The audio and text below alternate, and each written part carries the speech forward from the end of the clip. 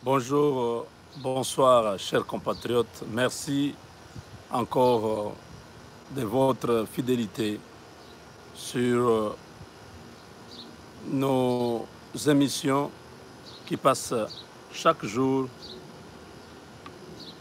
dans les chaînes YouTube que nous avons, Moubenga TV, et sur le Congo est à nous. Hier, nous avons essayé d'éclaircir sur la situation qui était ici préoccupante aux États-Unis en rapport avec les rapprochements du président Félix Tshisekedi, les différentes décisions prises ces derniers temps. Nous avons souhaité répondre parce que nous étions mal compris.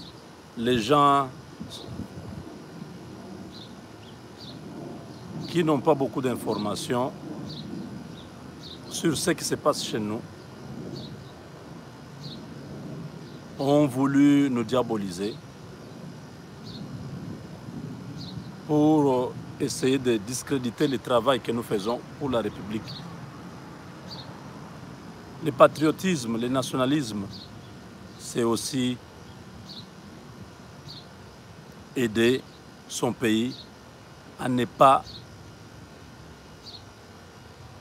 se détruire, mais aider son pays à se construire, à devenir une force. C'est ce que nous faisons.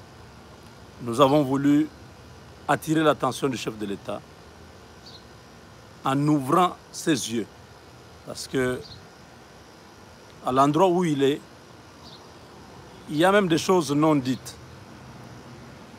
Il est président de la République, il vient d'hériter un pays qui était géré pendant 18 ans par son prédécesseur, qui a eu tout le temps de piéger à gauche, à droite, pour que lorsqu'il vient, soit il marche avec lui, soit il le piège pour qu'il puisse tomber.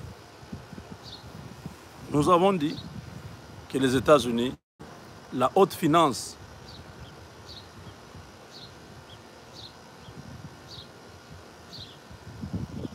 ici, présentait des inquiétudes parce que dans ce monde de la haute finance internationale, la RDC était le premier pays en Afrique.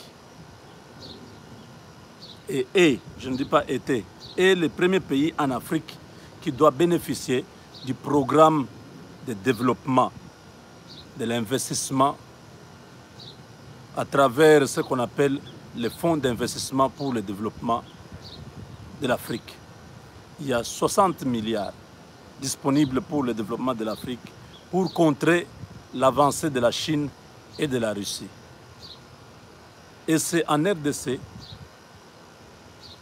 après l'accord du nouveau président qui a accepté toutes les exigences de la FMI, et du FMI plutôt, à pouvoir coopérer, à relancer, à réactiver les relations qui étaient déjà rompues depuis quelques années, au travers du FMI,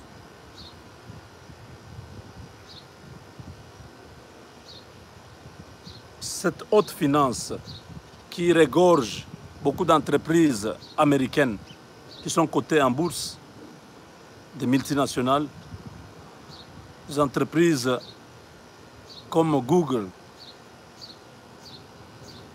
comme Amazon et les autres, ils étaient déjà prêts de pouvoir accepter de commencer leur exploitation d'ici une année dans notre pays, parce que la première phase était de pouvoir faire les études sur terrain et l'argent était déjà disponible pour l'activation de ces comptes. Mais avec ce qui s'est passé dernièrement, il y avait beaucoup d'inquiétudes et c'est une corporation qui a des avocats et ces avocats qui sont proches de la Maison Blanche ont formulé leurs inquiétudes à voir qu'ils ont besoin de garanties parce que la RDC, au travers d'une entreprise d'un compatriote qui qui est proche aussi de la Maison-Blanche, ont écrit au président de la République et il y a des avocats qui sont proches du président qui ont ce dossier-là, mais qui sont en train de chercher à compliquer la situation au lieu de pouvoir faire parvenir au chef ce dossier et le signer, permettre à ce que ces entreprises-là puissent amener l'investissement privé américain déjà sur le sol congolais. Parce que dans ce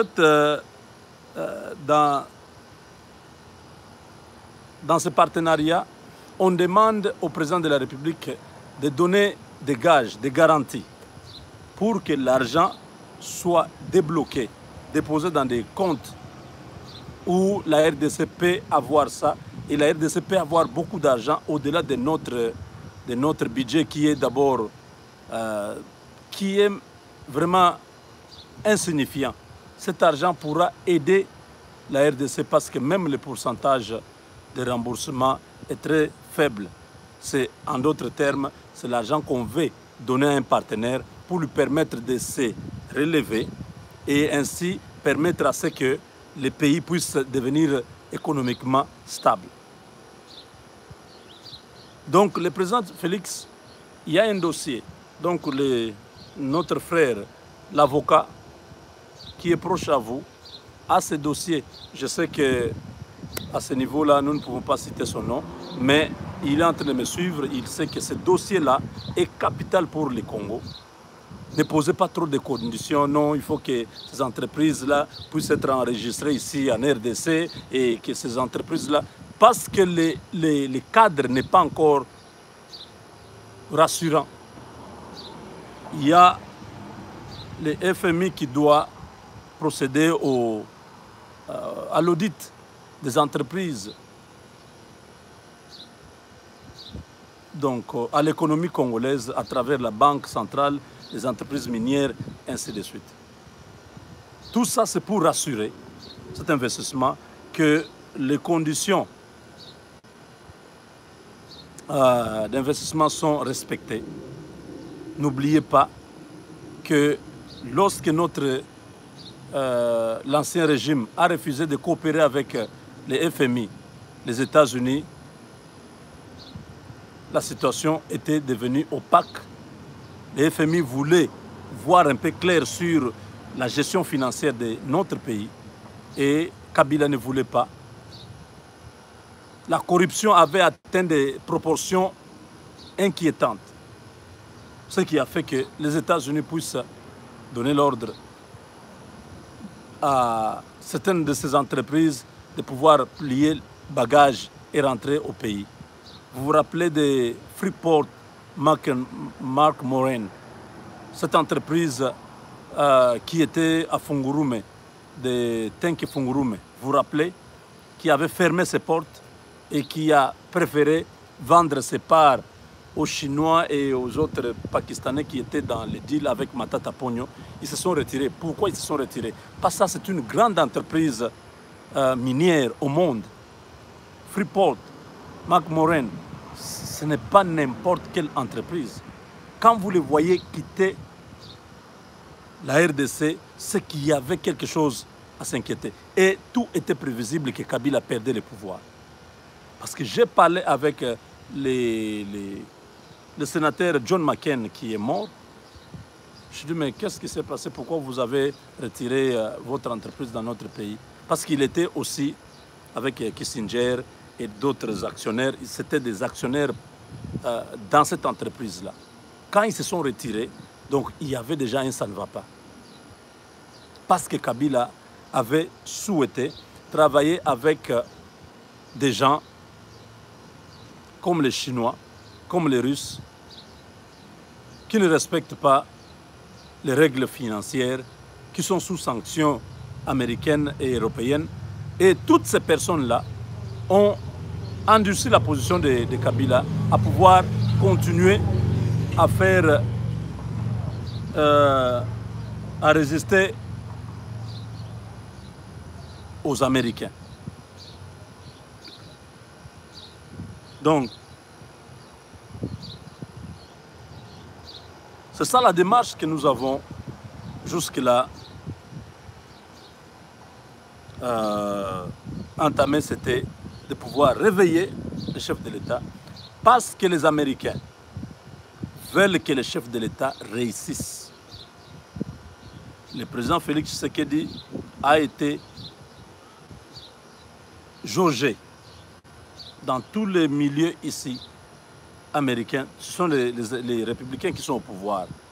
Ils ont trouvé que cette personne-là n'a pas de problème, du moins dans les profils de celui qu'on cherchait en RDC. Quelqu'un qui n'a pas de mains sales, quelqu'un qui n'a pas été dans l'administration passée, quelqu'un qui s'engage, qui a la volonté de pouvoir amener son pays vers le développement, stabiliser l'économie, combattre la corruption. Et tout ça, c'était un programme alléchant, un programme très ambitieux que le chef de l'État avait présenté aux Américains et ils ont décidé de pouvoir les soutenir.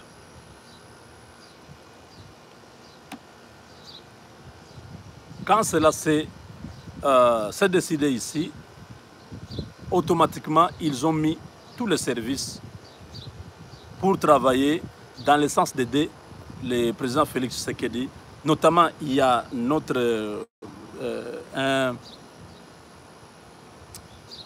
un compatriote qui est très proche de la Maison-Blanche. Je ne peux pas vous dire de qui à la Maison-Blanche, mais qui est très proche de la Maison-Blanche, qui a travaillé depuis ce temps-là avec les Américains parce que lui comprenait bien l'approche américaine et même congolaise.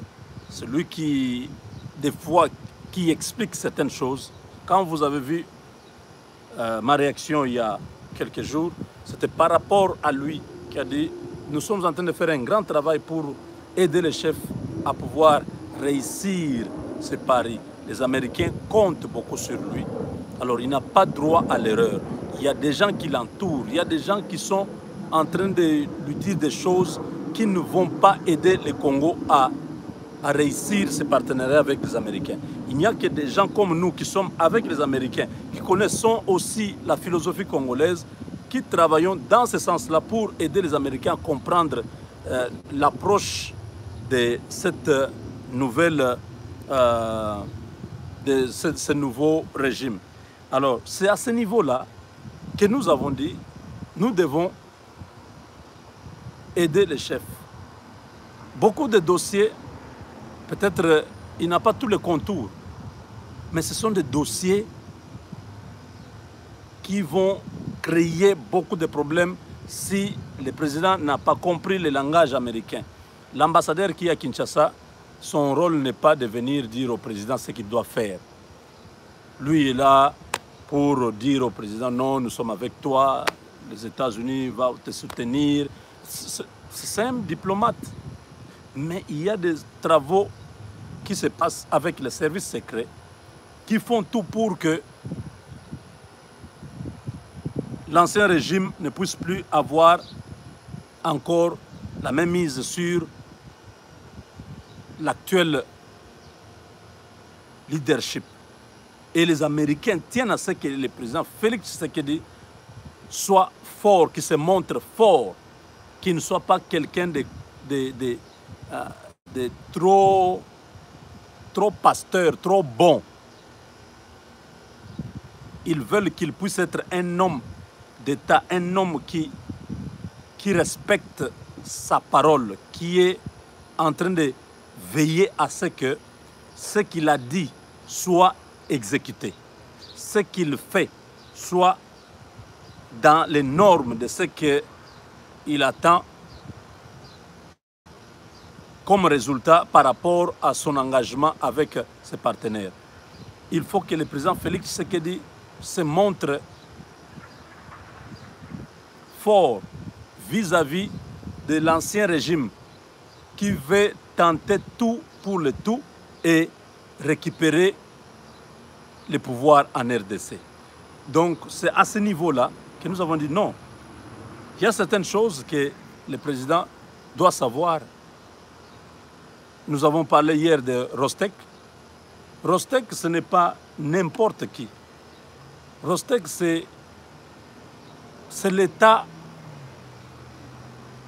russe.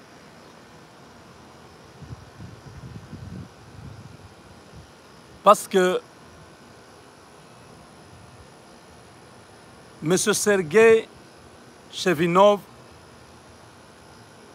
est un homme très puissant en Russie, un homme même que Poutine a peur, parce que cet homme-là détient l'État russe entre ses mains. Un homme très puissant,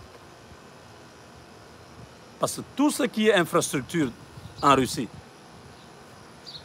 c'est avec Sergueï Chimezov. Tout ce qui est armement en Russie, c'est avec M. Sergueï Chimezov. Tout ce qui est pétrole, gaz en Russie, c'est avec M. Sergueï Chimezov. Ça, c'est l'homme que Kabila a connu à travers un homme qui est ici en prison, Dimitri Bout. Monsieur Dimitri Bout, c'est un homme puissant, un Russe qui a été arrêté et depuis lors, qui travaille depuis sa cellule, mais qui a permis à ce qu'il y ait certaines pistes que les Américains ont suivies avec les déclarations de Oleg qui a négocié ces sanctions pour que les Américains ne puissent pas les sanctionner parce qu'il a été sanctionné plusieurs fois et on a enlevé les sanctions. M. Oleg a aussi contribué pour que les Américains puissent réellement comprendre ce que Kabila était en train de faire, parce que Kabila devenait très puissant sur le plan international, que les Américains se sont aperçus. Ils ont dit, cet homme, on doit l'arrêter. On doit le stopper parce que à un moment donné, ça sera difficile. Même aujourd'hui, quand vous voyez les gens disent, non, mais pourquoi les Américains n'arrêtent pas Kabila et tout ça? Non. Il y a beaucoup de choses qui font que Kabila soit là, qu'il négocie sa liberté, qu'il soit ce qu'il est aujourd'hui. C'est parce que à un moment donné, vous allez voir ce qui va arriver à Kabila. Et pour l'instant, d'après ce que j'ai comme information, ils ont dit qu'il doit encore être là. Cet homme-là,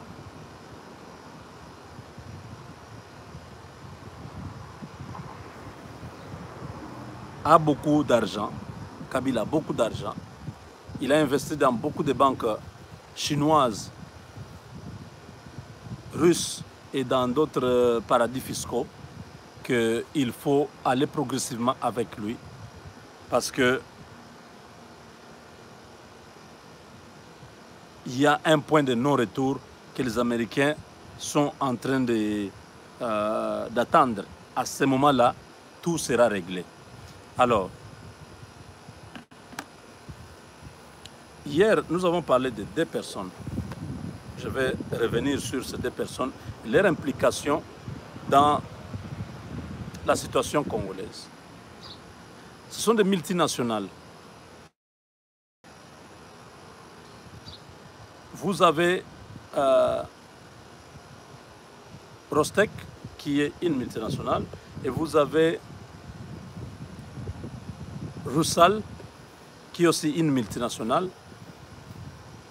qui sont bien sûr en train de travailler en Afrique en joint venture avec beaucoup de chefs d'État africains, avec des entreprises européennes, comme M. Oleg Deripaska, c'est ça son nom. Oleg Deripaska, c'est un géant dans l'aluminium. C'est un homme très puissant. C'est un Russe qui a combattu une entreprise américaine, Unilever, Vous connaissez Unilever qui était au Congo. Et Deripaska, partout où il est passé, quand il prend les marchés, il diminue les prix, il fait en sorte que les autres ne puissent pas avoir la possibilité de tenir dans ces marchés-là. Une concurrence vraiment déloyale. Et cet homme-là est en Guinée, Guinée-Conakry. Il travaille avec M. Alpha Condé. Vous avez vu Alpha Condé plusieurs fois avec le président Félix Tshisekedi. Il voulait faire passer les marchés russes à Félix Tshisekedi. Parce qu'Alpha Condé est là-bas avec les Français qui font des joint ventures. Hein, ils font cela, ils se cachent pour que ces entreprises qui ont des problèmes avec les Américains, qui sont sous sanctions, ne puissent pas être directement exposées, mais que ce soit, on voit une entreprise française. Or, dans cette entreprise française, si vous regardez bien, ce sont des Russes qui sont là-dedans, ou les Chinois qui sont là-dedans, qui sont en train de travailler dans le sens de récupérer les marchés africains. Ce n'est pas vraiment quelque chose à minimiser. Nous avons aujourd'hui ce même problème chez nous. Les Russes ont signé M. Sergei Chemizov et M. Oleg Deripaska et d'autres oligarques russes ont signé des accords avec Kabila de 25 ans. Il n'y a aucun investissement au monde qui peut se faire sans un contrat militaire. Aucun. Quand Kabila s'est engagé avec les Russes, c'est Cheo Kitundu qui partait là-bas. Cheo Kitundu, avec cette délégation, allait à Moscou.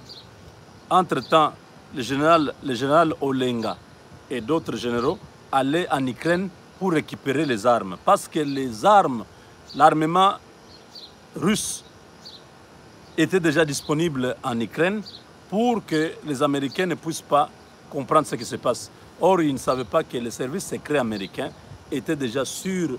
Donc, ils étaient en train de surveiller les mouvements de tous ces oligarques russes pour comprendre qu'est-ce qu'ils sont en train de faire en Afrique.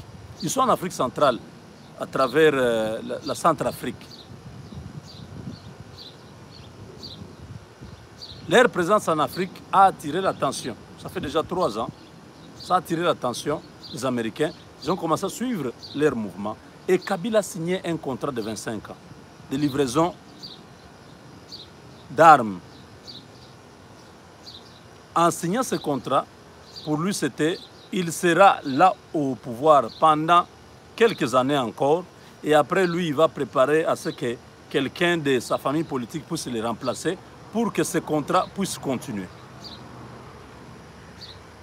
Voilà pourquoi vous voyez les États-Unis vous dire un grand partenariat, un partenariat stratégique. Ce partenariat stratégique avec les Américains passe par les partenariats militaires. Parce que quand on vend la technologie militaire d'un pays, les armes, l'équipement et toute la formation, tout ce que vous voulez, c'est beaucoup de milliards de dollars. Alors comment la RDC va rembourser cet argent aux États-Unis? Comment la RDC va payer cet argent aux États-Unis? C'est à ce niveau-là que beaucoup d'entreprises américaines vont s'installer au Congo, dans ces partenariats, pour essayer de compenser tout ce que la RDC prend. C'est à ce niveau-là que les choses se passent. Or, dernièrement, vous avez vu Didier Reynders dire non, la coopération militaire et tout ça. Mais la coopération militaire, ils ne sont pas en mesure de pouvoir amener des investissements au Congo. La Belgique est faible, la Belgique n'a pas de moyens. je ne sais pas si vous comprenez, la Belgique et la France, l'Allemagne se sont rendus compte que Donald Trump s'est approprié la RDC. Parce que c'était ça le problème. Quand Donald Trump a pris le pouvoir, il y a eu des services secrets, des agents de la CIA qui ont vu Kabila, qui lui ont dit, en tout cas, nous sommes venus pour te dire que c'est terminé pour toi. Tu dois choisir un pays où tu peux aller vivre, mais ce pays-là ne doit pas être parmi les pays limitrophes de la RDC. Tu as déjà trop de problèmes avec ton peuple et avec la communauté internationale. Nous connaissons tout ce que tu as fait. Partout où tu as placé l'argent, nous connaissons les ramifications. Alors nous sommes venus pour collaborer parce que nous voulons que la RDC soit maintenant un pays qui appartient aux Congolais. Nous voulons que la RDC puisse revenir aux Congolais. Nous voulons que les Congolais puissent bénéficier de leur pays. Alors, nous ne voulons pas qu'il y ait des désordres, nous ne voulons pas que tu puisses créer encore des chaos.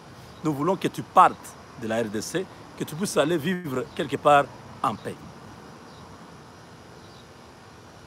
Ça, c'était en 2017. Kabila a tergiversé et tout ça.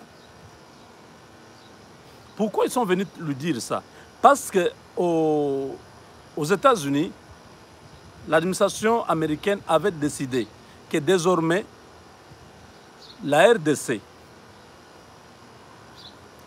devra collaborer directement avec les États-Unis, sans passer par le Rwanda ni l'Ouganda. Vous connaissez avec Clinton, depuis 1994, la RDC avait basculé. Il y avait les Australiens, les Canadiens, les Américains, Israël, tout ça, toutes ces nations s'étaient accaparées la RDC et ils étaient en train de vraiment de piller le pays à travers l'Ouganda, le Rwanda.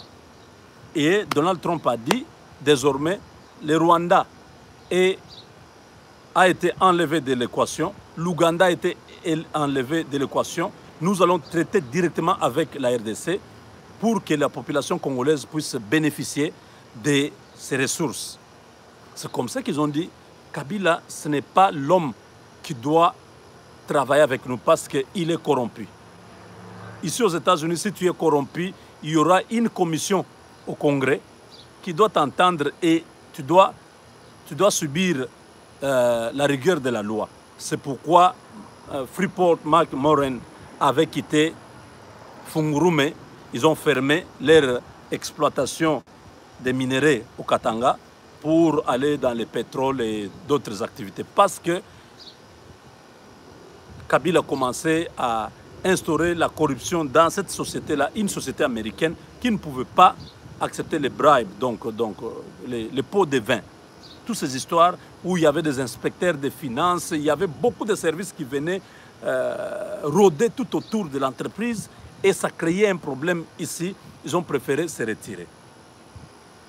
Alors c'est dans ce contexte-là que les Américains disent nous allons travailler maintenant avec le gouvernement congolais et ils ont commencé à faire pression sur Kabila. Tu dois organiser les élections. Tu dois organiser les élections. Et Niki allait étaler à Kinshasa le même message. Et finalement, l'armée est venue dans la sous-région et Kabila a lâché prise sur le conseil de la Chine et de la Russie qui a dit non, tu peux partir. Donc nous allons continuer à négocier avec les États-Unis. Bref, aujourd'hui, dans ce contexte où les Américains voulaient travailler avec les Congos directement, ils sont en train de faire tout pour que ceux qui ont collaboré avec l'ancien régime ne puissent plus être dans l'équation. Ceux qui ont travaillé avec l'ancien régime, qu'ils ne puissent plus revenir.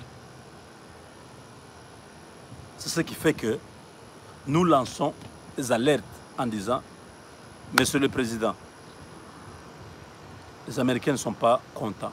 Monsieur le Président, respectez vos engagements. Monsieur le Président, regardez ce qui est au point d'arriver. Ces multinationales russes et chinoises, on va parler de la Chine prochainement. Là, je suis avec les Russes. Il y a même les Libanais, les Pakistanais. Vous connaissez le dossier Tajedine, qui est ici aux États-Unis en prison. Donc, il y a beaucoup de dossiers, mais aujourd'hui, nous parlons de la Russie. Alors, Monsieur Sergueï Chmezov, qui est un homme très puissant, un grand milliardaire, on l'appelle en Russie le patron de Poutine. Parce que, pour votre information,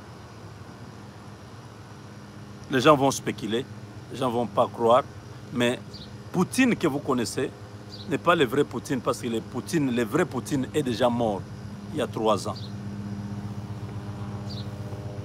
C'est pendant la guerre de Crimée que cela est arrivé.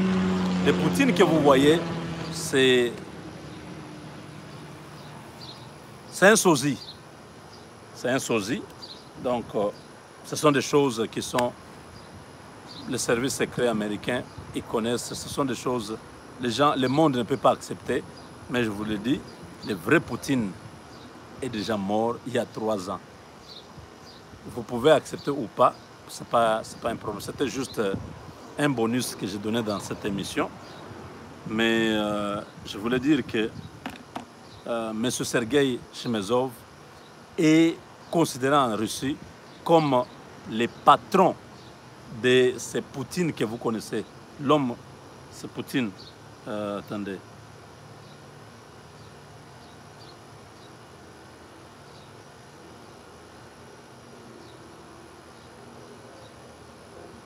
Vous allez les voir, les deux hommes.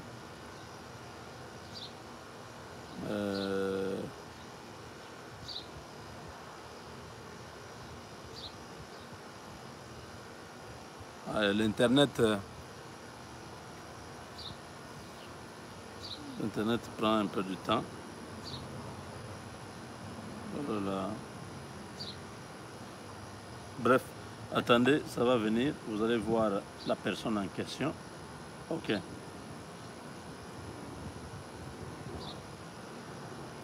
J'ai l'image, je crois.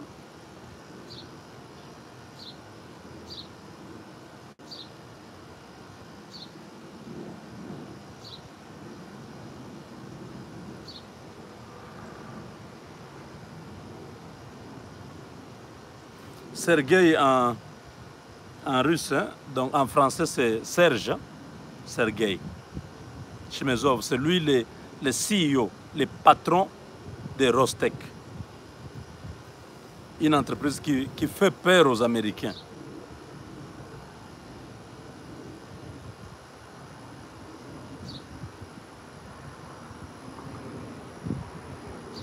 C'est cet homme-là, l'homme puissant que Joseph Kabila coopère avec depuis quelques années grâce à un Russe qui s'appelle Dimitri Bout.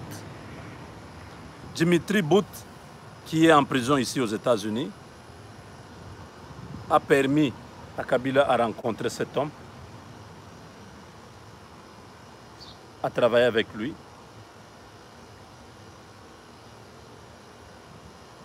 Et cet homme est extrêmement puissant dans son pays, la Russie.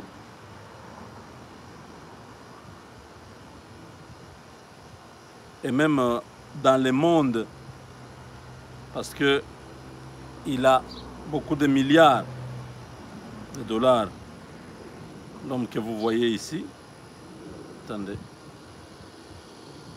On l'appelle le patron de Poutine. Il est là.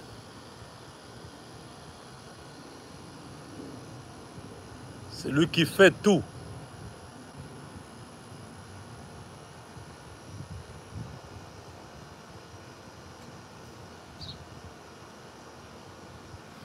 Pourquoi on dit que c'est le patron de Poutine? Parce que Poutine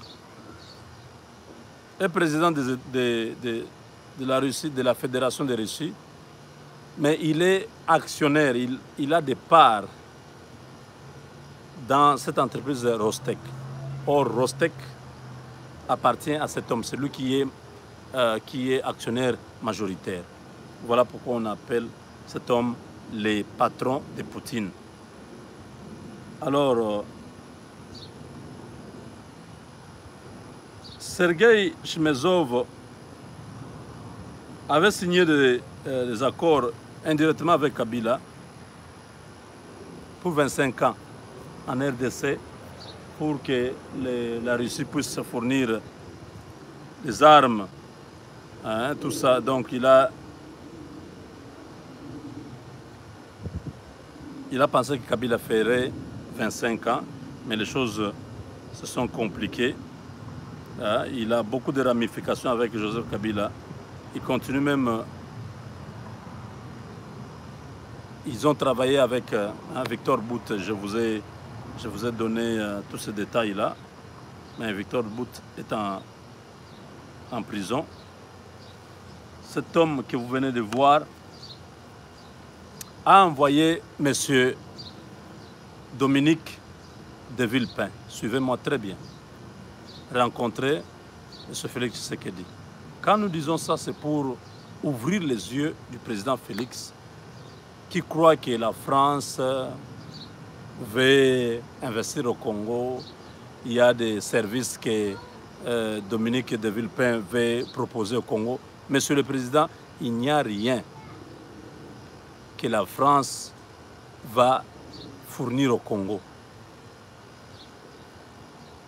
Souvenez-vous de la déclaration de M. Jean-Yves Le Drian. Au lendemain de votre victoire à la présidentielle, Jean-Yves Le Drian a dit que ce sont des accords entre Congolais. Hein, ce sont des arrangements entre Congolais. Votre victoire, Jean-Yves Le Drian a dit que c'était un arrangement. C'était vraiment méprisant. Pour dire que c'était un arrangement, il n'y a rien de victoire là-bas. C'était un arrangement. Arrangement entre Congolais. C'était très grave. Lui parlait de la Senco. Évidemment, la Senco, tout ça, la Senco. C'était ça faisait partie de leur plan de récupérer le Congo. Pourquoi? Parce que Donald Trump a décidé de faire partir Kabila. Vous avez vu que les États-Unis menaçaient au niveau du Conseil de sécurité. Quand la France voulait récupérer, la France voulait manigancer encore pour essayer de récupérer la situation avec Kabila, les États-Unis étaient catégoriques et Kabila a fini par quitter le pouvoir. La carte de l'Europe, de l'Union européenne qui ont soutenu la candidature de la Mouka, parce que Abbé Cholé et Monseigneur Outembi ont dit ça, leur carte c'était de récupérer les candidats à la Mouka pour faire leur jeu. Les Européens, la Belgique, sans ressources, sans argent, sans moyens, ne pouvaient rien faire. La France, l'Allemagne, ils se sont dit, mais les États-Unis nous chassent tous du Congo, il va être seul au Congo, ce n'est pas possible. Vous voyez, quelques mois plus tard, le ministre des Affaires étrangères, Jean-Yves Le Drian, revient avec un autre discours. Oui, évidemment, Monsieur le Président de la République. Oh, mais vous avez dit que ça, c'était un arrangement entre Congolais, nous ne les reconnaissons pas et tout ça. Quand vous avez vu cet homme-là revenir, faire le rétropédalage, accepter Félix Tshisekedi comme président, ce n'était pas un cadeau. mes chers amis, Monsieur le Président, ce n'était pas parce qu'ils se sont rendus compte que c'était une erreur de leur part, non.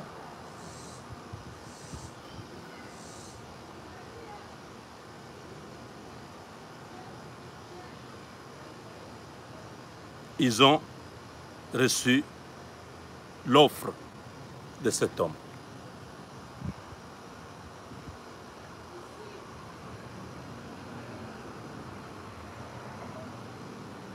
Regardez bien cet homme. Il s'appelle Sergei Chemizov. Vous pouvez taper dans Google parce que je remercie aussi tous ceux qui ont fait le feedback de mon émission d'hier, qui ont beaucoup apprécié, qui ont dit « Ah mon frère, il y a des gens qui sont locaux à Kinshasa comme les Tindika et les autres qui sont dans les Facebook qui font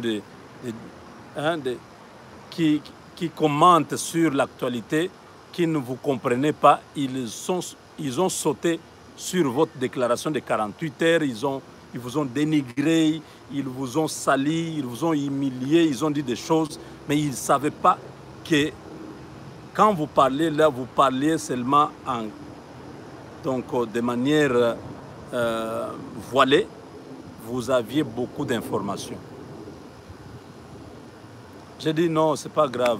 Je comprends, mes frères, la plupart ne sont pas dans notre diapason. Peut-être quelqu'un a beaucoup de vues. Les gens regardent ces vidéos. Mais la catégorie des gens qui regardent ces vidéos, c'est peut-être des gens qui ne sont pas dans certains milieux. Moi, je peux avoir peu de gens qui regardent mes vidéos, mais on regarde et on analyse le contenu, on voit la qualité, on se dit, ah, ce gars-là, de temps en temps, il dit des choses, des fois il s'égare, mais en tout cas, il est plus ou moins structuré. Essayons un peu de l'approcher, essayons de parler avec lui. J'ai des gens qui me contactent, des gens qui m'appellent, des gens qui me donnent des informations. Quand j'ai parlé des choses, la Maison Blanche, aux sources, la Maison Blanche, ils ne donnent pas de sources. Vous pensez que vraiment, je peux aujourd'hui vous citer à la Maison Blanche ma source? Vous croyez que moi je vais dire c'est elle? Vous rêvez ou comment? Je ne peux pas dire ça. Pensez vraiment que je peux passer 2 heures en train de parler sur des mensonges que moi-même j'ai fermé les yeux, j'invente des choses, je dis maintenant je vais commencer à parler. Vous pensez que les noms que je suis en train de citer ici, je les connaissais avant?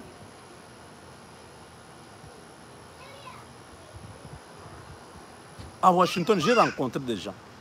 Je suis un républicain, ici aux États-Unis. Je suis républicain. Je suis déjà dans certains milieux, dans l'armée avec certains généraux américains, dans la politique avec certains sénateurs et les congressmen, dans le monde des affaires avec certains businessmen que j'ai rencontrés.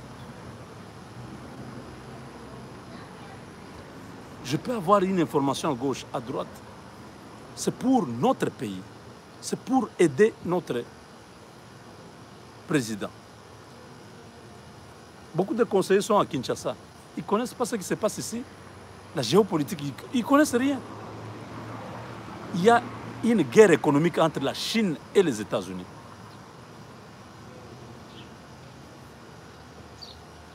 Cette guerre économique a poussé les États-Unis à posséder la RDC.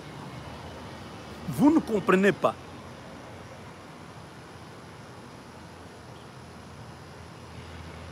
Que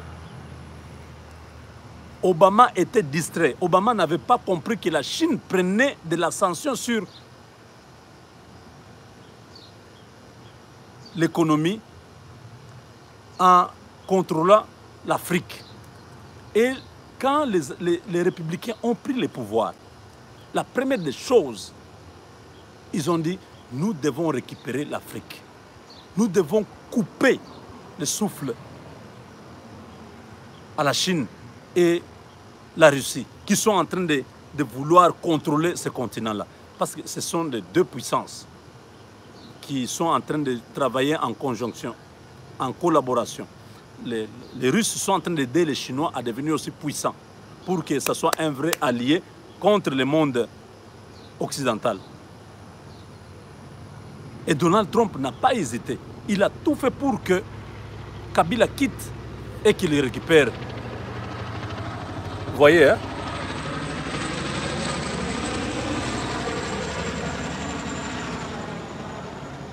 Vous avez vu cet hélicoptère militaire? Je suis juste à côté d'une base militaire ici. Donc,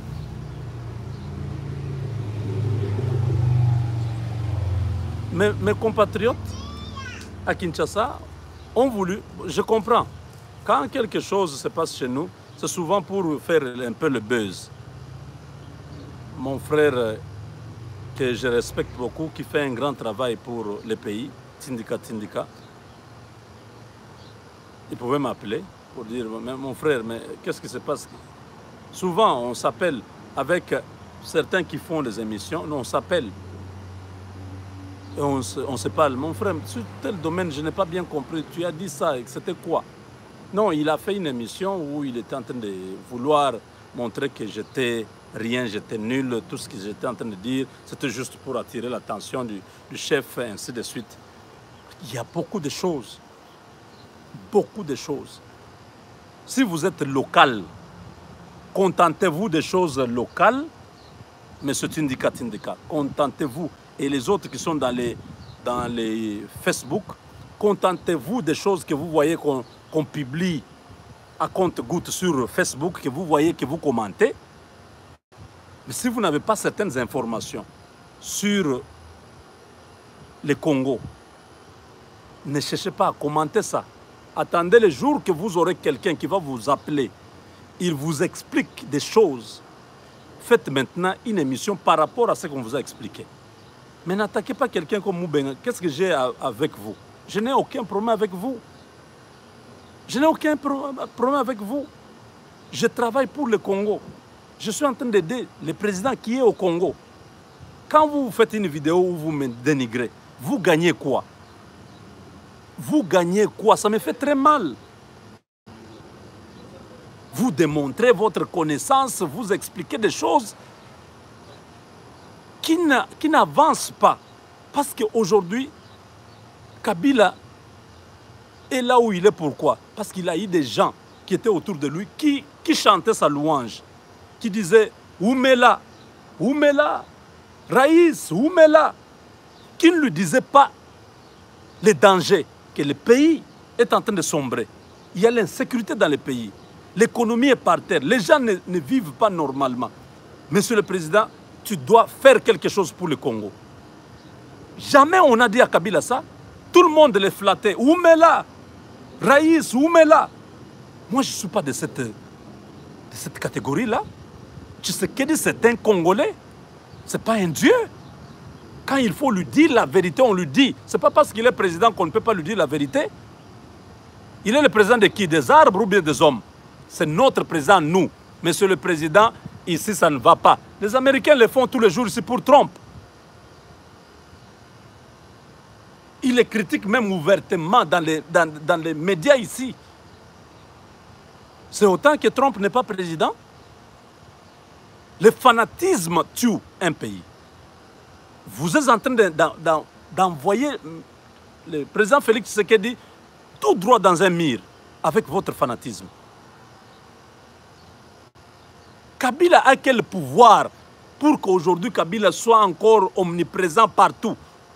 FCC, vous connaissez vous tous que ces gens-là ont corrompu, ces gens-là ont triché pour être sénateurs, pour être congressmen.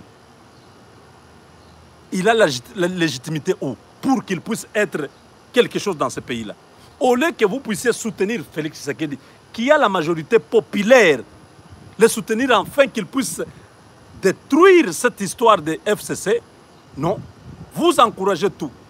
Il envoie Kabound et Kabouya négocier des accords bidons Vous appuyez ça, vous commencez à donner même des raisons. Non, il est commandant suprême, il est magistrat suprême, il est ceci. Vous pensez que cela va vous aider à avoir les postes? Parce que la plupart d'entre mes frères qui sont plus fanatiques, c'est d'accepter tout. Si le chef d'État, même s'il a fait une faute, il accepte toujours.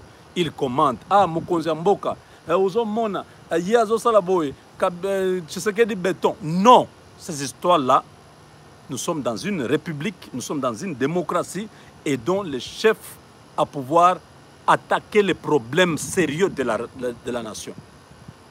Évitons-lui de tomber dans les pièges de la Kabylie. La Kabylie, c'est une machine diabolique. Les gens que je suis en train de citer ici, Sergueï Chemizov, Oleg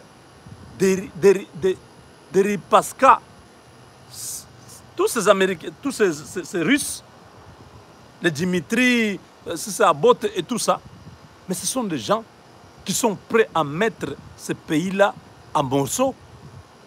Quand on parlait de balkanisation, vous croyez que Kabila a préparé la balkanisation avec qui? Ce n'est pas avec les Américains?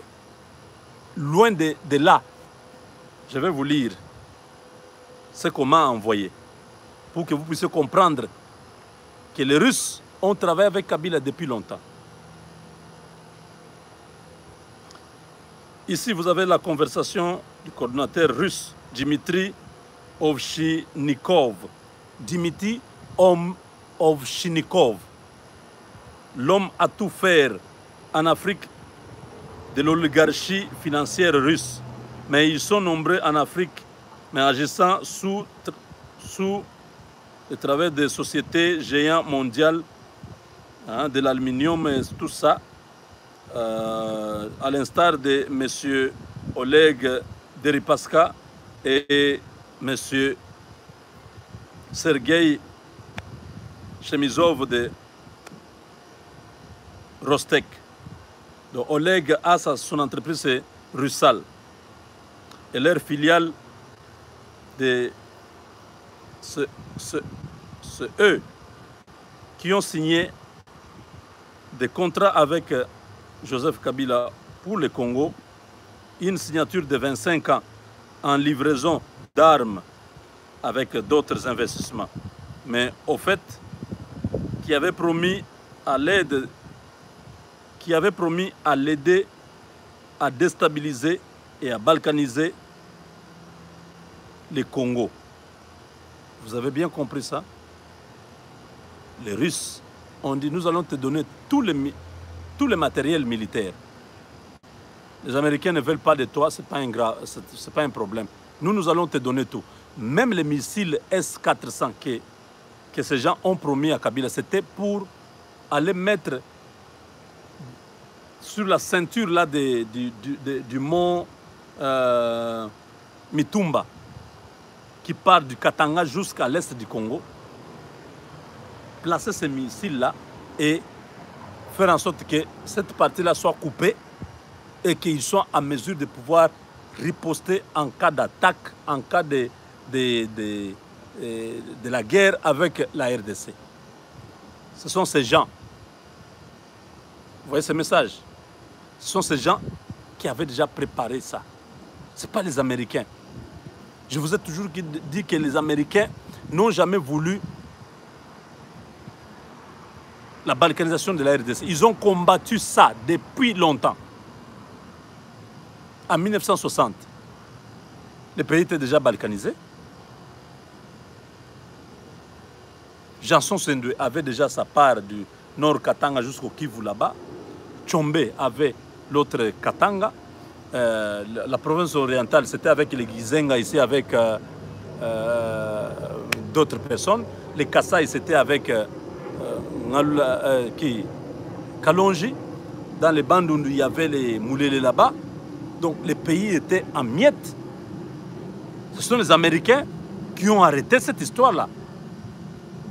Quand ils ont envoyé leurs militaires avec les avions qui ont bombardé Che Guevara, avec les autres qui étaient dans les mouvements lumumbistes, ils ont arrêté cette guerre-là. Et le pays est revenu en entier. En 2001 jusqu'en 2003, le pays était complètement encore coupé.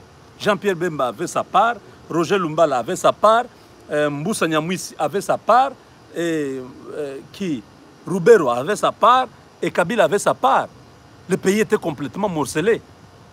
C'est les États-Unis qui ont donné 10 milliards de dollars pour organiser les assises de Sun City et appuyer les programmes de démobilisation et réinsertion, DDR, c'est quelque chose à l'est là-bas. Armes contre vélo. Vous vous rappelez avec Ngoï Mulunda. Tout ça, c'était l'argent américain qui ont dit on doit arrêter avec la guerre, on ne veut pas toutes ces histoires-là. Nous voulons que le pays puisse devenir stable. Mais Kabila n'avait pas compris ça. Kabila a été induit en erreur par les Katumbamouins, que les autres qui voulaient le business, ils l'ont envoyé vers la Chine, la Corée du Nord, les Russes et les autres. C'est comme ça que les Américains ont dit ok, ça va, on va voir. Et plus tard, cette histoire les rattrape. Je reviens sur ce que j'ai parlé sur M. Rostek et M.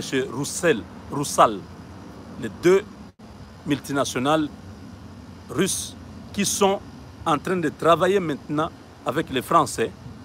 Pourquoi? Parce que les Européens se sont dit on ne va pas quand même laisser aux Américains seuls la RDC. Nous devons aussi aller là-bas. Macron a envoyé Dominique de Villepin rencontrer M. le Président Félix Tshisekedi. Pendant que de Villepin est à Kinshasa, M. Sergueï Chemizov, patron de Rostek, et M. Deripaska, patron de Russal, sont en Suisse avec l'avocat de M. le Premier ministre de Villepin, en train de signer les joint ventures pour la RDC. Pendant que lui est à Kinshasa, les accords se signent en Suisse pour aller implanter ces entreprises-là dans notre pays.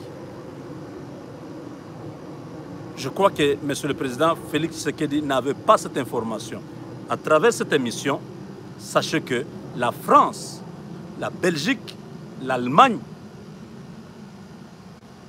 ne sont pas d'accord avec les Américains sur leur position à avoir la RDC pour eux seuls. Ils ont préféré faire alliance avec les Russes. Les entreprises qui viendront au Congo, qui viennent de l'Europe pour s'installer au Congo, la plupart de ces entreprises-là ont des capitaux russes. Et les entreprises russes qui ont les capitaux dans ces entreprises, qui font les joint ventures avec les entreprises européennes, sont des entreprises qui sont frappées de sanctions aux États-Unis. Et si vous acceptez ces entreprises-là à travailler au Congo, vous avez des problèmes avec les Américains. Voilà pourquoi moi, je suis en train de vous mettre en alerte pour dire, Monsieur le Président, ne soyez pas trop bon avec les FCC. Ces gens du FCC, tant que Kabila sera présent au Congo, c'est un malheur pour notre pays. Parce que les Russes ont voulu passer par Kabila à travers son deal personnel de l'armement qu'il a déjà reçu, que le général Olenga et les autres étaient partis chercher en Russie. Beaucoup de Congolais ne comprennent pas pourquoi Cheikh Kitoundou a été écarté très tôt par Félix Tshisekedi. Pendant que ses collègues ministres sont encore là. À l'époque, même y compris moi, j'avais cru que c'est pour les paragraphes qui a été inséré donc, dans le discours du chef de l'État devant les diplomates pour demander la levée des sanctions des dignitaires de l'ancien régime. Non, ce n'était pas seulement ça. Il y a un compatriote qui est proche de la Maison-Blanche, qui est dans ces milieux des affaires. C'est un millionnaire, il a beaucoup d'argent. Cet homme-là a travaillé pour que le président Félix Tshisekedi puisse faire sauter Cheikh Kitoundou. Et le président Félix Tshisekedi, jusqu'à aujourd'hui, ne connaît pas qui avait donné cette information-là. C'est cet homme-là qui a utilisé des personnes pour parvenir à dire au président Félix, pour dire, l'homme que tu as, Cheikh Kitoundou, il est dans des sales affaires avec son patron Kabila qui travaille pour le compte des Russes. Et si tu continues à les garder, tu vas te retrouver dans des problèmes. Moi, j'ai fait une émission ici où j'avais dit au président de la République, Monsieur le Président, ne partez pas à ce forum économique de Saint-Pétersbourg. Le président Vladimir Poutine avait envoyé une invitation à travers l'ambassade de la Russie en RDC au président Félix pour aller participer à ce forum économique-là. Des grandes entreprises, d'investissement, tout ça. C'était des Russes et tout ça. On avait piégé le président Félix pour qu'il arrive là-bas, qu'on puisse l'amadouer, qu'on lui montre de bonnes choses, qu'il accepte. Dès qu'il s'engage, il coupe l'arbre sur lequel il est assis, les Américains. J'ai dit, Monsieur le Président, n'allez pas là-bas. Et heureusement, ce n'était pas seulement moi qui avais fait l'émission. Je ne savais pas, jusqu'hier, que mon contact me dit Cheikh Kitoundou a été écarté parce qu'ils ont joué ce jeu-là pour piéger le président Félix Tshisekedi. Ils ont trouvé une invitation, ce n'était pas prévu, pour qu'il aille en Russie participer à ce forum économique. Et quand on a expliqué au président ces choses-là, cet homme-là est très dangereux, il faut l'écarter. C'est comme ça que le président Félix Tshisekedi avait pris la décision de le mettre à côté. Il a commencé à travailler avec Kikaya Bin Karoubi dans toutes ses missions. Il voyageait avec lui parce que c'était dans le sens de la continuité des institutions. Donc, de Villepin arrive à Kinshasa, il vient pour prospecter le milieu, regarder ce qui se passe et essayer d'attirer l'attention du chef de l'État parce que déjà Jean-Yves Le Drian avait dénigré le pouvoir de Félix Tshisekedi en revenant, ce n'était pas un cadeau.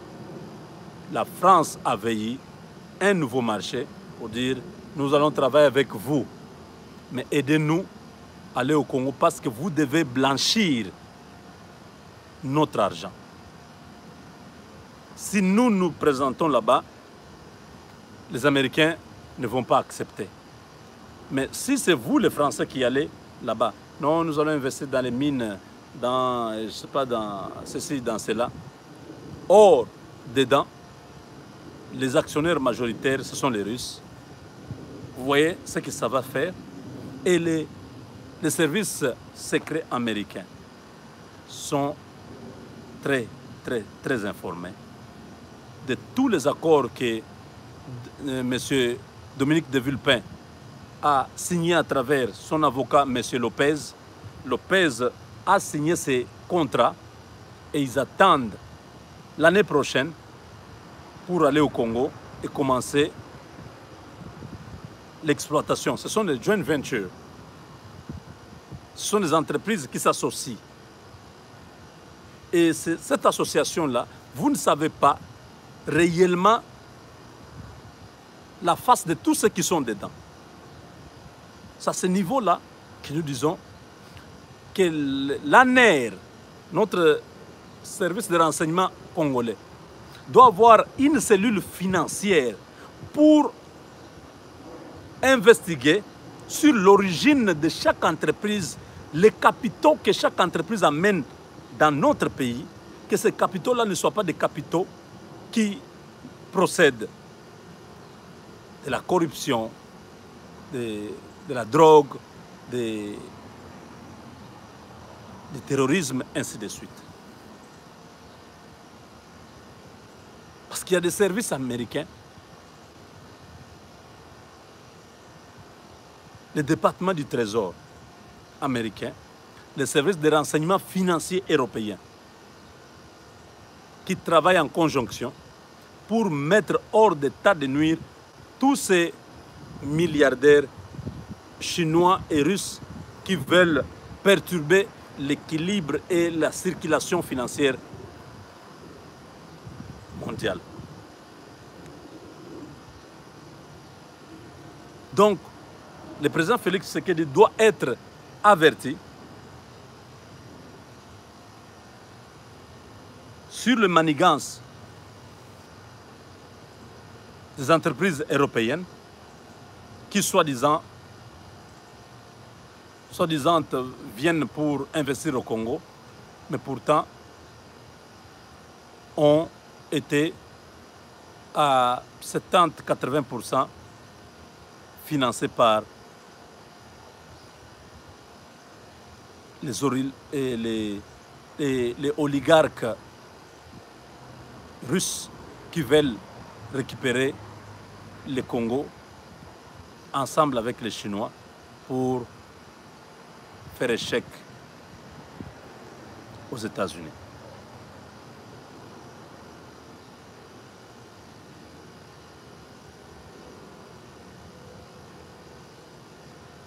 Comme je l'ai dit,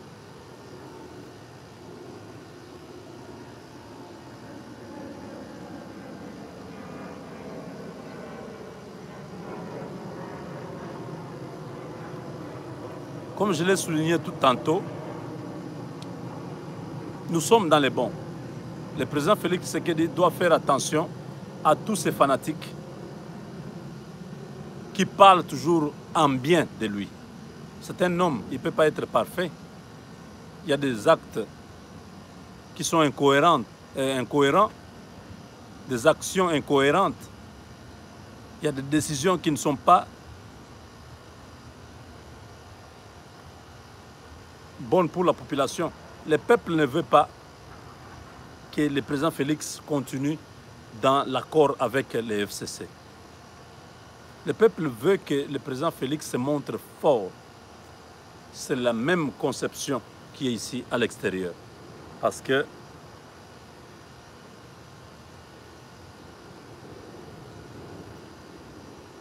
un pouvoir sans l'argent, ce pouvoir-là n'ira nulle part.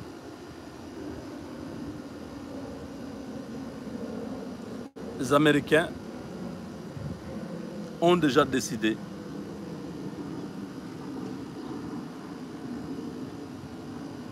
de mettre la RDC dans des pays crédibles, donc d'introduire notre pays parmi les pays crédibles de la planète à travers Félix Tshisekedi qui le font confiance. Dès qu'ils investissent dans notre pays, tous les autres pays pourront investir au Congo. C'est ce que nous attendons, que d'accepter tout ce que vous faites. Certaines personnes acceptent ça et vous soutiennent. Non, on n'a pas besoin seulement de vous soutenir, même dans le mal. Nous avons besoin de vous soutenir dans ce qui peut aider le Congo à avancer. Et c'est ce que nous faisons. Nous avons beaucoup, je dis bien, beaucoup d'informations sur les ramifications que Kabila a aujourd'hui avec les Juifs, avec tous les paradis fiscaux, les Chinois et les autres. Nous avons beaucoup de liens. Nous avons des liens ici, des preuves ici, qui ne nécessitent pas que nous puissions dire ça dans les réseaux sociaux, dans nos émissions. Nous préférons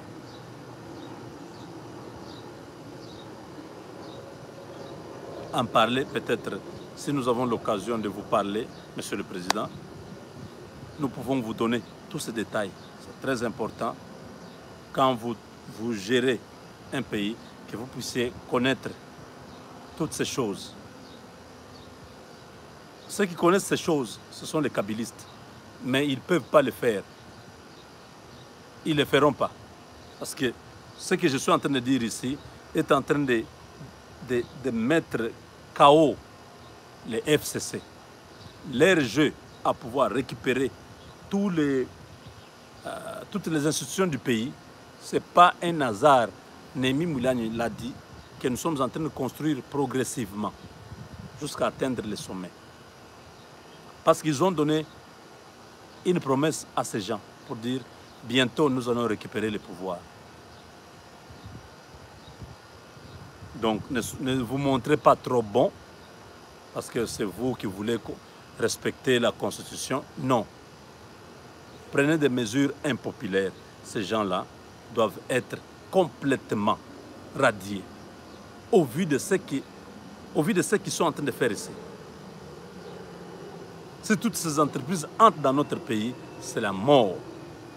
La balkanisation, Kabila a préparé ça avec les Russes, pas avec les Américains. C'est maintenant que je comprends. L'armement américain n'a jamais aidé Kabila à pouvoir tuer les Congolais.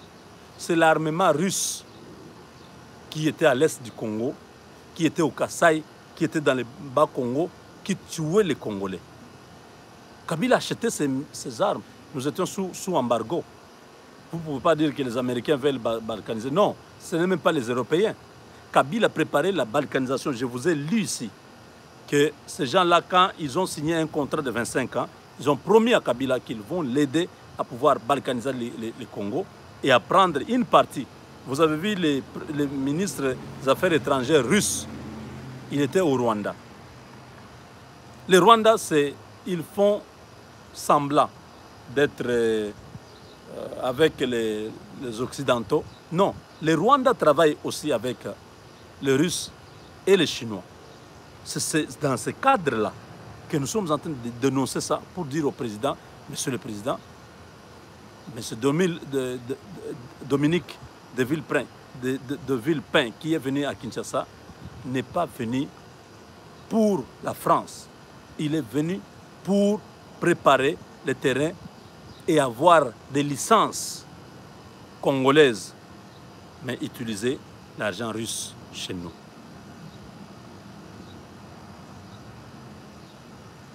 Ils ont tenté avec Kabila par son accord de 25 ans, ça n'a pas fonctionné. Ils reviennent par le cadre humanitaire avec les vaccins Ebola pour pénétrer le Congo et disent non, Monsieur le Président, nous vous avons donné tous les vaccins gratuitement, vacciner tous les gens à l'est du Congo, à peu près 4 millions de gens, ne nous payez rien. Mais nous avons en retour besoin de certains contrats au Congo. Nous voulons exploiter ceci, nous voulons exploiter cela. Il faut faire très attention, Monsieur le Président, à ce niveau-là. Parce que si les Russes réussissent à obtenir un seul contrat chez nous, ça veut dire que les Américains ne viendront pas au Congo. Ça, c'est deuxièmement. Donc, première, c'est le contrat de Kabila de 25 ans, où le FCC est en train de forcer pour récupérer le pouvoir et maintenir ce contrat de 25 ans. Deuxième option, où les Russes sont en train de pénétrer chez nous, c'est avec les cadres humanitaires, avec Ebola, tout ça. Ebola, ça a été fabriqué. Je vous ai dit que le virus a été inoculé dans notre laboratoire de l'UNRB à Kinshasa par les l'ancien ministre Kabang Numbi et les autres avant les élections pour empêcher que les élections puissent avoir lieu. À l'est du Congo, ils ont mis ces virus-là pour permettre à ce que la communauté internationale puisse dire non, il y a urgence, on ne peut pas faire des élections, ainsi de suite. Ils ont voulu que les Russes puissent amener la solution à ces problèmes. Et c'est l'unique façon de pouvoir intégrer aussi les Russes chez nous. Troisième chose, c'est par les contrats de joint venture. Joint venture, c'est un contrat où les entreprises se mettent ensemble dans un cadre de collaboration dont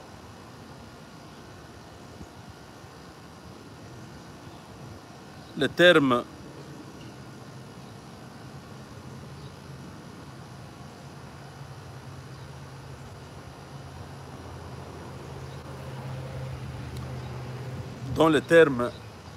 seront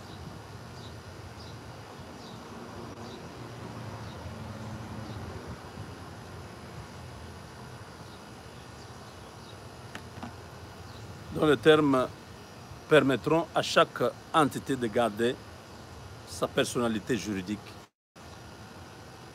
Ça, c'est entre 2 ou 3 ou plusieurs parties qui vont se mettre ensemble, mais chacun garde son identité, il vient juste pour qu'il puisse constituer un capital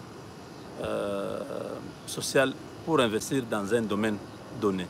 Et dans cette option, voyant que les deux autres options sont difficiles, les Russes passent par les Français avec Dominique de Villepin pour venir salir notre président. Soi-disant, c'est Macron. Oui, de Villepin travaille avec Macron, mais dans ce domaine, ce n'est pas pour Macron que cet homme-là était à Kinshasa. Il est venu pour l'homme le plus puissant de Russie, qui est un grand milliardaire, et l'autre qui est le 9e homme puissant de la planète, M. Oleg Deripaska. Donc voilà, mes chers amis, je crois que pendant ce temps, je voudrais bien que nous puissions comprendre ce que notre pays représente à travers ces émissions, et en disant ça, que vous puissiez comprendre ce que le FCC représente dans notre pays, que tout le monde comprenne que nous ne pouvons pas permettre, nous ne pouvons pas accepter que le FCC continue à avoir de l'influence dans notre pays, parce que le FCC est en train de couvrir justement ces gens. Ces gens passent par le FCC pour contrôler notre pays. Quand les États-Unis ont donné 30 millions de dollars pour la riposte à Ebola, Oli Ilunga a démissionné. Parce qu'Oli Ilunga, c'est le FCC, parce que les Américains avaient compris que cette histoire-là, les Russes sont pour quelque chose, les Chinois sont pour quelque chose. Mais malheureusement, avec Dr Muyembe, qui est arrivé, il nous ramène toujours chez les Russes, ce qui fait que les Russes vont avoir en contrepartie quelque chose. Ils ne vont pas aider le Congo pour rien. Ils ne vont pas nous aider à guérir tous ces malades d'Ebola avec leurs virus, les virus chinois ou russes, comme ça. En contrepartie, qu'est-ce qu'ils gagnent? Vous avez compris? Donc, les grands contrats militaires sera le contrat américain. Et en ayant ce contrat militaire avec le Congo, les entreprises américaines viendront s'installer. Et voilà pourquoi nous demandons que tous les Congolais qui habitent les États-Unis et le Canada forment une structure qui pourra aider à aller accompagner les entreprises américaines qui seront chez nous pour le développement de la RDC. Voilà, mes chers amis. ici, vous comprenez que je parle moins de nos histoires habituelles de la polémique politicienne. Je parle des enjeux. Je dis bien, M.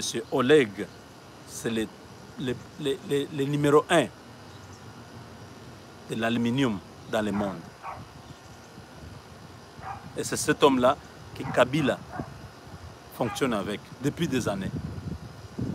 M. Rostek, donc Sergueï, de l'entreprise Rostek, c'est un homme très puissant en Russie et dans le monde, qui a beaucoup de milliards qui ne sont même pas fichés dans Forbes. Mais c'est cet homme-là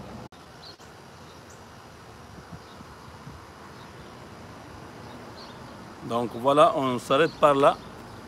Il y a beaucoup. Il y a des entreprises du Turkménistan qui sont dans ce dossier.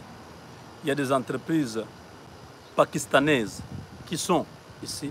Nous allons au fur et à mesure vous donner tous les détails pour que vous puissiez comprendre que Kabila c'est un monstre. Kabila c'est pas quelqu'un, vous voyez là, non, il vient, il est avec Fachi. Fachi n'a rien. Fachi est innocent. Fachi est encore, donc, Aza Maboko Pembe, comme on le dit. Il ne comprend pas ce qui se passe. Beaucoup de ses collaborateurs sont déjà dans certains circuits où on leur dit non, prenez ça, il faut que ce dossier passe. Parce que le dossier de Rostek est déjà à la présidence. Ce qui est très dangereux, c'est pourquoi les États-Unis ont dit attention. Si nous voyons les anciens corrompus, corrupteurs revenir au pouvoir, ça ne marchera pas. Et ça sera la fin du contrat. Et le président a dit que non, il est conscient, il connaît. Il sait ce qu'il est en train de faire. Il ne peut pas gâcher ce contrat. C'est une bénédiction pour la RDC. Donc, les Libanais, les Indiens, beaucoup d'entreprises sont dans cette histoire du FCC pour aider le FCC à reprendre le pouvoir parce que Tshisekedi est l'homme des Américains.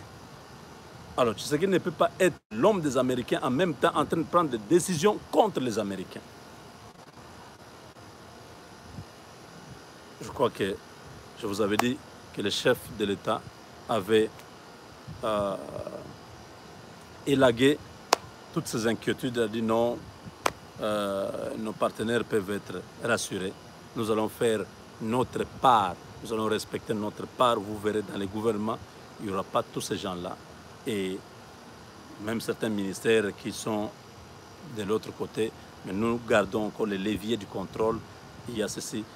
Il a garanti, il a rassuré. Et c'est ces assurances-là que nous avons communiquées. Et de l'autre côté, les choses semblent revenir en place. Mais on nous a fourni tellement d'informations, de renseignements, que nous allons graduellement, progressivement, vous donner tous ces détails pour que tous les Congolais ouvrent les yeux. Le président, en disant ça, le président a déjà compris et les Congolais ne pourraient jamais accepter que le FCC puisse continuer à avoir de l'influence dans ces pays-là. Voilà.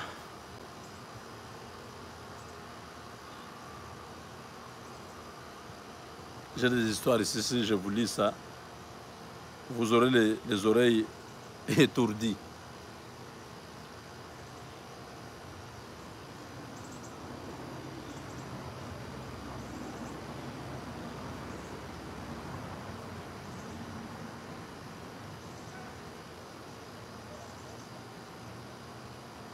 Vous voyez, tous ces messages, ça c'est aujourd'hui.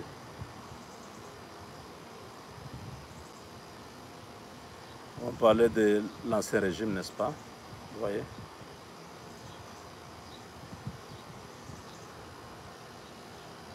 C'est trop. C'est beaucoup de choses.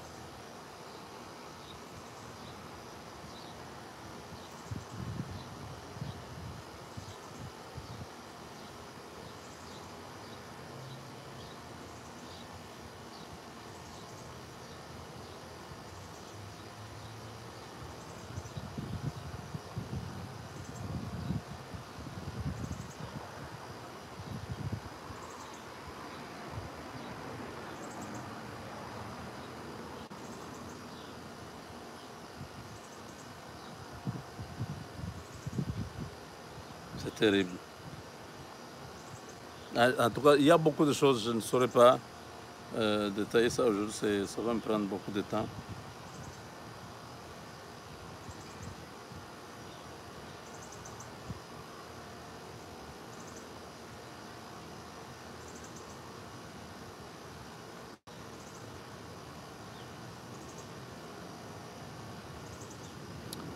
Voilà, donc retenez que Dominique de Villepin était à Kinshasa pour préparer le terrain aux Russes qui venaient à travers le joint venture que son avocat Lopez a signé en Suisse avec des patrons de l'oligarchie russe pour récupérer la RDC. Merci mes chers compatriotes de m'avoir suivi. Partagez ces vidéos. Je demande à tous mes frères de me supporter. Je ne suis pas parfait. Il y a des choses que je dis des fois qui ne sont pas utiles pour vous, mais c'est utile pour quelqu'un, pour le président et pour le peuple congolais. Si vous trouvez que ce n'est pas utile pour vous, alors supportez-moi. En politique, en démocratie, il y a la tolérance, n'est-ce pas? Même si je ne suis pas d'accord avec ce que vous dites, je respecte au moins ça. Respectez aussi ce que je dis, même si vous n'êtes pas d'accord, n'est-ce pas? Vous voyez que maintenant vous êtes ridicule après avoir fait des attaques inutiles contre moi. Vous ne savez même pas de quoi je parlais, d'où je tirais ces informations. Soyez modeste, soyez humble. L'humilité précède la gloire. Vous avez partagé mes vidéos partout. Oh, 48 heures, 48 heures. Vous avez partagé partout. Vous pouvez répondre à ça, ce que je viens de dire hier et aujourd'hui. Toutes ces personnes ici, vous pouvez retrouver leurs noms sur Google. Vous pouvez retrouver leurs implications dans les accords qu'ils ont avec Kabila, les sanctions qu'ils ont avec les États-Unis. Une entreprise sanctionnée par les Américains ne peut pas aller investir au Congo. Le Congo aujourd'hui est en partenariat. Je ne dis pas qu'il appartient aux États-Unis, mais le Congo est en partenariat avec les Américains. En d'autres termes, le Congo appartient aux États-Unis. Vous voulez le Congo aujourd'hui, il faut passer par les États-Unis. Parce que toutes ces années, le Congo appartenait aux Belges, n'est-ce pas? C'est eux qui enlevaient les gens, qui remplaçaient les gens, qui enlevaient les gens, qui remplaçaient les gens. Depuis que les États-Unis soutiennent Félix Tshisekedi, vous avez vu les Européens parler, ils se sont retirés. Ils ont fait des déclarations, Jean-Yves Le Drian, Didier Reynders. J'ai vu Didier Reynders dans les ascenseurs de l'hôtel où le président Félix Tshisekedi était logé à Washington. Je l'ai vu avec une délégation, Bazo Kota, en train de se faufiler là-bas pour aller rencontrer Tshisekedi. Ils ont beaucoup parlé, mais ils ont perdu le Congo. Ils avaient le Congo toutes ces années, avec Mobutu, avec Kabila, Mouzé, Kabila fils. Ils ont perdu le Congo. Aujourd'hui, le Congo, c'est le Congrès américain. C'est la Maison Blanche. Et ce n'est pas un petit problème. Vous ne pouvez pas bouger le Congo aujourd'hui. Voilà pourquoi les Congo, les Américains donnent toutes ces informations pour que nous puissions informer le président.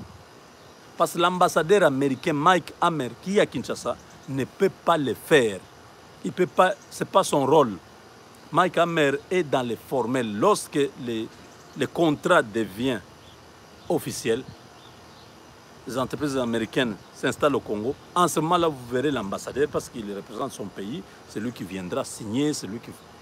Mais dans la diplomatie, il va continuer à dire au président Félix, non, nous vous soutenons, en tout cas, nous sommes avec vous, on va faire ceci. Mais le travail de service secret, l'ambassadeur des États-Unis au Congo ne peut pas être réduit à un agent de renseignement qui va commencer chaque fois à aller voir Félix. Monsieur le Président Félix, vous voyez l'entreprise là, c'est une entreprise qui est sous sanction américaine. Ce sont les Russes qui sont là. Non, il ne peut pas faire ce travail-là. Voilà pourquoi nous faisons ce travail. Nous donnons des éléments que le chef de l'État n'accepte pas tous les dossiers qui viennent devant lui d'emblée. Parce que la plupart des gens qui sont avec lui sont déjà trempés dans beaucoup de... L'argent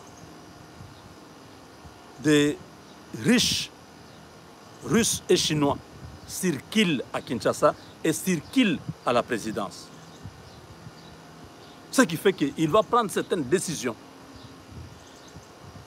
Demain, il aura beaucoup de problèmes pour se dédouaner de ces problèmes-là. L'équipe qui était restée avec le FMI à Washington n'a pas dit toute la vérité au président Félix Tshisekedi. Sinon, il ne ferait pas certaines déclarations. Il éviterait certains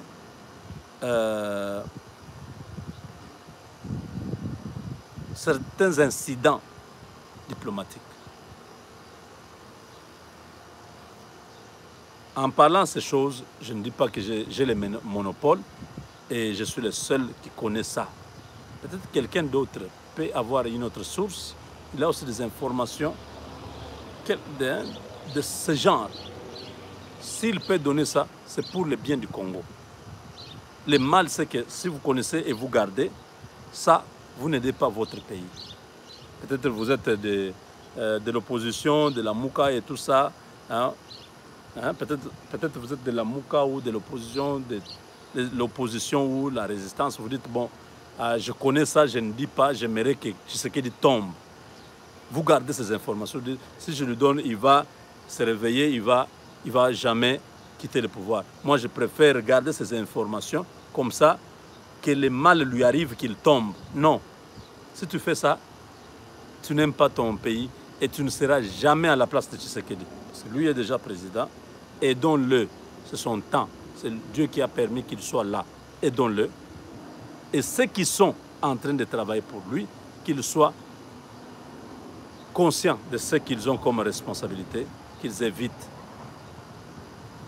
toutes les erreurs inutiles. Merci et à la prochaine. Avec Dieu, nous vaincrons.